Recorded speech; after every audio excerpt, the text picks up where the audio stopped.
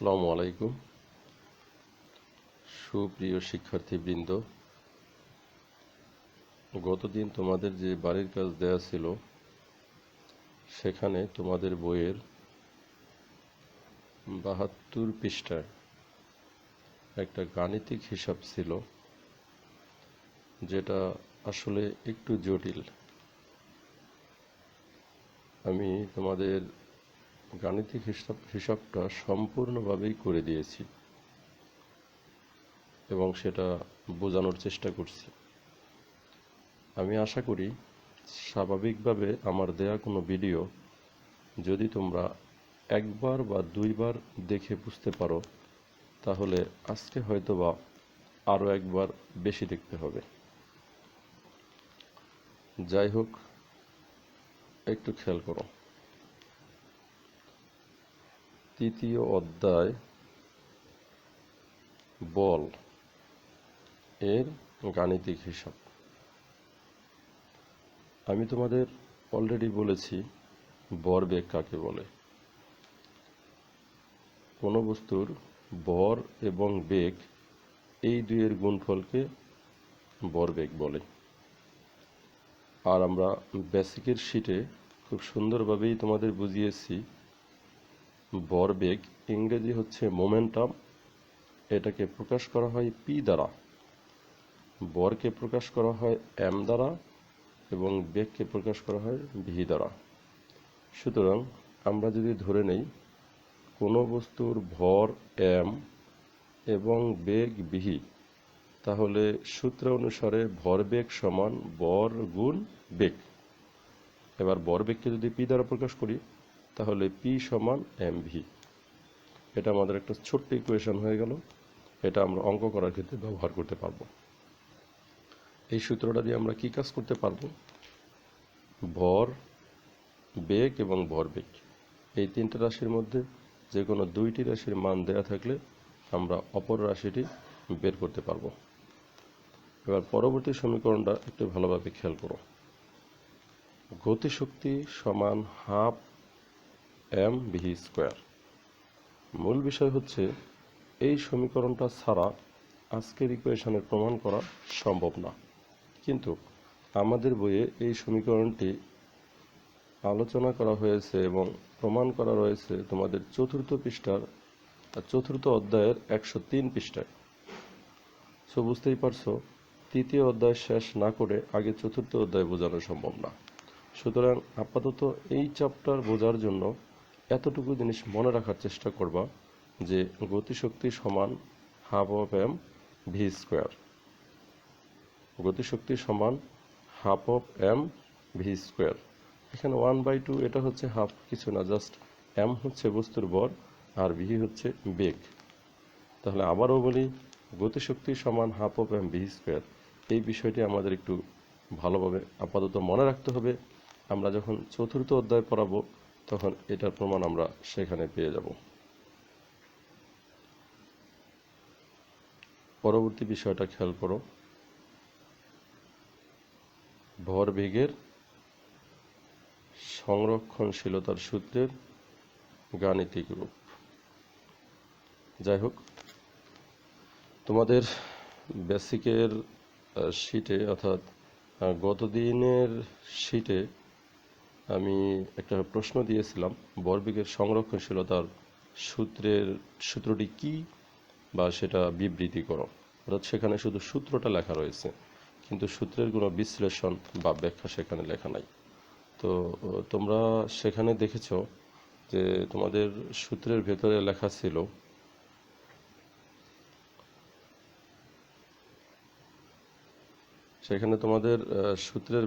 লেখা ছিল একাধিক বস্তুর মধ্যে ক্রিয়া এবং প্রতিক্রিয়া ছাড়া অন্য কোনো বল কাজ না করলে কোনো নির্দিষ্ট দিকে তাদের মোট ভরবেগের কোনো পরিবর্তন হয় না।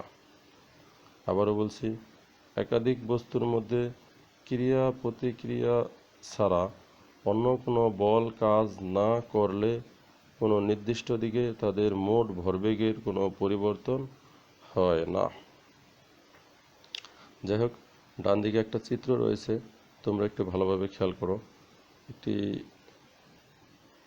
বস্তুর ভর হচ্ছে m1, পাশে অপর একটি বস্তুর ভর হচ্ছে m2, অর্থাৎ দুইটি বস্তু, একটির ভর m1 আর একটির ভর m2।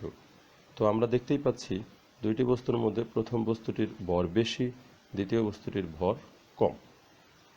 দুইটি বস্তু গতিশীল রয়েছে, কত বেগে গতিশীল রয়েছে সেটা আমরা উপরে দেখানোর চেষ্টা করেছি। প্রথম বস্তুর বেগ হচ্ছে u1 আর দ্বিতীয় বস্তুর বেগ হচ্ছে u2। এই বেগে দুইটি বস্তু গতিশীল রয়েছে। এখন যদি এই দুইটি বস্তুর মধ্যে m1 ভরের বস্তুর বেগ বেশি হয়, তাহলে কি ঘটনা ঘটবে? m1 ভরের বস্তুটি গিয়ে m2 ভরের বস্তুর সাথে সংঘর্ষে লিপ্ত হবে। সেটা আমরা পরবর্তী চিত্রে দেখানোর চেষ্টা করেছি। একটু ভালোভাবে খেয়াল করো, তাহলেই বিষয়টা বুঝতে পারবা। দ্বিতীয় চিত্রে কি দেখতে পাচ্ছ? দ্বিতীয় চিত্রে দেখতে পাচ্ছ m1 এবং m2 ভরের দুইটি বস্তু পরস্পরের খুব কাছাকাছি। তার মানে m1 ভরের বস্তুটা গিয়ে m2 ভরের বস্তুকে জাস্ট ধাক্কা দিল।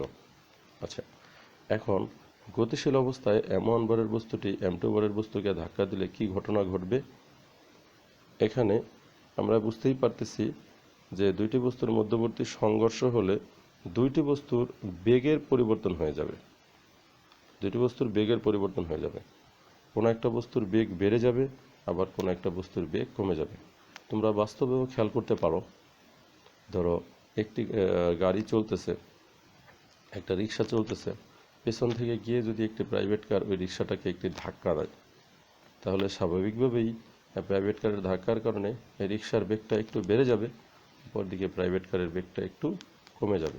অর্থাৎ এক্ষেত্রে হয় একটা বস্তুর বেগ অপর বস্তুর বেগের ভেতরে সঞ্চালন হয়, অর্থাৎ একটার বেগ অপর বস্তুর বেগের ভেতরে চলে যায়। তো যাই হোক, ধাক্কা লেগে আমাদের বস্তু দুটির বেগের মানের পরিবর্তন হয়ে গেছে। সেটা আমরা আমাদের শেষ চিত্রে দেখানোর চেষ্টা করেছি যে এখন ধাক্কার পরে আমাদের m1 এবং m2 দুইটি বস্তুর যে নতুন বেগ হয়েছে, m1 ভরের বস্তুর বেগ হচ্ছে v1 আর m2 ভরের বস্তুর বেগ হচ্ছে v2। এখানে আমি বেগগুলিকে m1, u1, u2, v1 এবং v2 বলেছি। তোমরা ইচ্ছে করলে বেগগুলোকে u1 meter per second, u2 meter per second, v1 meter per second এবং v2 মিটার পার সেকেন্ড বলতে পারো। আবার আমি ভরগুলোকে m1 এবং m2 বলেছি।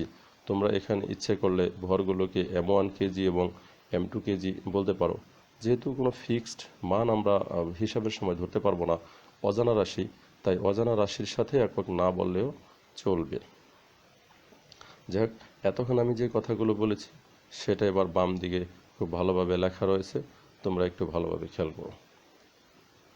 মনে করি m1 m2 ভরের দুটি বস্তু u1 এবং u2 বেগে সরল পথে চলছে। প্রথম বস্তুর বেগ বেশি হওয়ায় কিছু সময় পর তাদের মধ্যে সংঘর্ষ হলো। সংঘর্ষের কারণে প্রথম ও দ্বিতীয় বস্তুর বেগ পাল্টে গেল। প্রথম বস্তুর বেগ হয়ে গেল v1, দ্বিতীয় বস্তুর বেগ হয়ে গেল v2।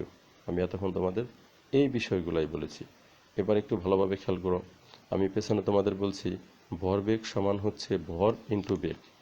তার মানে যদি ভর বেগ বের করতে চাই, তাহলে ভর এবং বেগ এই দুইয়ের গুণফলটা জানতে হবে। আবারও বলছি, ভরবেগ বের করতে চাইলে ভর এবং বেগ এই দুইয়ের গুণফল জানতে হবে। তাহলে একটু খেয়াল করো, এখানে লেখা আছে সংঘর্ষের পূর্বে প্রথম বস্তুর ভরবেগ। তাহলে সংঘর্ষের পূর্বে প্রথম বস্তুর ভরবেগ বের করার আগে আমি একটু জানতে চাই যে সংঘর্ষের পূর্বে প্রথম বস্তুর ভর কত ছিল আর বেগ কত ছিল। তাহলে ভর আর বেগকে গুণ করলেই ভরবেগ পাওয়া যাবে। আমরা দেখতে পাচ্ছি যে সংঘর্ষের পূর্বে এবং পরে বস্তুর ভরের তো কোনো পরিবর্তন হয়নি। তার মানে প্রথম বস্তুর ভর হচ্ছে m1 আর সংঘর্ষের পূর্বে প্রথম বস্তুর বেগ হচ্ছে u1। তাহলে সংঘর্ষের পূর্বে প্রথম বস্তুর ভরবেগ m1 u1। সেম, সংঘর্ষের পূর্বে দ্বিতীয় বস্তুর ভরবেগ, দ্বিতীয় বস্তুর ভর ছিল m2 আর দ্বিতীয় বস্তুর বেগ ছিল u2। তাহলে সংঘর্ষের পূর্বে দ্বিতীয় বস্তুর ভরবেগ সমান m2 u2। একইভাবে যদি আমরা পরবর্তী বিষয়টা খেয়াল করে দেখি যে সংঘর্ষের পরে দুইটা বস্তুর বেগেরই পরিবর্তন হয়ে গেছে। সংঘর্ষের পরে প্রথম বস্তুর বেগ হয়েছে v1, দ্বিতীয় বস্তুর বেগ হয়েছে v2।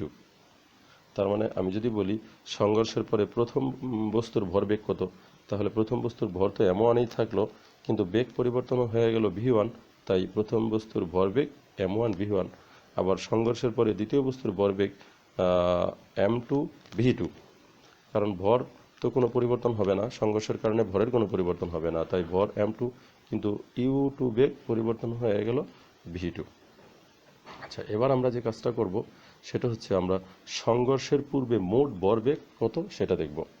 সংঘর্ষের পূর্বে প্রথম বস্তুর ভরবেগ ছিল m1 u1 এবং দ্বিতীয় বস্তুর ভরবেগ ছিল m2 u2। সুতরাং সংঘর্ষের পূর্বে মোট ভরবেগ, দুইটি বস্তুর একসাথে মোট ভরবেগ m1 u1 plus m2 u2 আমরা দেখতে পাচ্ছি। আবারও বলছি, সংঘর্ষের পূর্বে মোট ভরবেগ m1 u1 plus m2 u2। একইভাবে আমরা বলতে পারি সংঘর্ষের পরে মোট ভরবেগ। এখানে মোট বলতে আমরা একসাথে দুইটি বস্তুকে বোঝাচ্ছি, সেটা লেখার দরকার নেই, যখন আমরা মোট বলবো তখন বুঝবো একসাথে দুইটি বস্তু। তাহলে সংঘর্ষের পরে মোট ভরবেগ, প্রথম বস্তুর ভরবেগ হচ্ছে m1 v1, দ্বিতীয় বস্তুর ভরবেগ হচ্ছে m2 v2। তার মানে মোট ভরবেগ m1 v1 plus m2 v2। এবার ভরবেগের সংরক্ষণশীলতার সূত্রে যে বিষয়টা ছিল সেটা হচ্ছে, ওখানে বলা ছিল সংঘর্ষের পূর্বে বস্তুদ্বয়ের মোট ভরবেগ এবং সংঘর্ষের পরে বস্তুদ্বয়ের মোট ভরবেগ এক সমান থাকবে। অর্থাৎ ক্রিয়া প্রতিক্রিয়া ছাড়া অন্য কোনো বল কাজ না করলে কোনো নির্দিষ্ট দিকে বস্তুর মোট ভরবেগের কোনো পরিবর্তন হবে না। এখানে ক্রিয়া এবং প্রতিক্রিয়া ছাড়া অন্য কোনো বল বলতে যেটা বোঝাতে চাচ্ছি সেটা তোমরা একটু খেয়াল করো। যেমন একটি বস্তু অপর বস্তুকে গিয়ে যখন আঘাত করলো, এটা হচ্ছে ক্রিয়া, আর অপর বস্তুর সাথে আঘাতপ্রাপ্ত হওয়ার কারণে দ্বিতীয় বস্তু প্রথম বস্তুকে ধাক্কা দিবে, সেটার নাম হচ্ছে প্রতিক্রিয়া। কিন্তু এখানে যদি ক্রিয়া প্রতিক্রিয়া ছাড়া তৃতীয় কোনো বল কাজ করে, তৃতীয় কোনো বল কাজ করবে কীরকম, যেমন তুমি একটি বস্তুকে আরেকটা বস্তুর দিকে জাস্ট ধাক্কা দিলা, ও গিয়ে ওর সাথে সংঘর্ষের পরে তৃতীয় আরেকজন উপর থেকে আরেকটা বস্তুর উপর একটা বল দিল, তার মানে ওটা একটা তৃতীয় আরেকটি বলের উপস্থিতি। এরকম তৃতীয় বলের উপস্থিতি হলে এই সূত্রটা হবে না। এই জন্য সূত্রের বক্তব্য হচ্ছে ক্রিয়া প্রতিক্রিয়া ছাড়া অন্য কোনো বল কাজ না করলে, তার মানে এখানে শুধুমাত্র দুইটা বল কাজ করবে, একটা ক্রিয়া আর একটা প্রতিক্রিয়া। এক্ষেত্রে তোমাদের আরও দুইটি শব্দের সাথে একটু পরিচিত করাচ্ছি। তোমরা এখানে পড়বা ঘাত বল, আঘাত বল, অর্থাৎ একটা ঘাত আর একটা আঘাত। এই দুইটা শব্দও কিন্তু ক্রিয়া প্রতিক্রিয়ার সাথে জড়িত। যেমন প্রথম বস্তু দ্বিতীয় বস্তুকে আঘাত করলে এটা হয় ক্রিয়া, দ্বিতীয় বস্তু প্রথম বস্তুকে যে বল দেয় সেটা হয় প্রতিক্রিয়া। একইভাবে প্রথম বস্তু দ্বিতীয় বস্তুকে যেই আঘাত করে সেটাকে বলা হয় ঘাত, আর দ্বিতীয় বস্তু প্রথম বস্তুকে যেটা দেয় সেটা হচ্ছে প্রতিঘাত। যাই হোক, তাহলে আমাদের সূত্রের গাণিতিক রূপ দাঁড়ালো সংরক্ষণশীলতার সূত্র অনুসারে m1 u1 plus m2 u2 সমান m1 v1 plus m2 v2। এটাই হলো আমাদের ভরবেগের সংরক্ষণশীলতার সূত্রের গাণিতিক রূপ। আমি পরবর্তী ভিডিওতে তোমাদের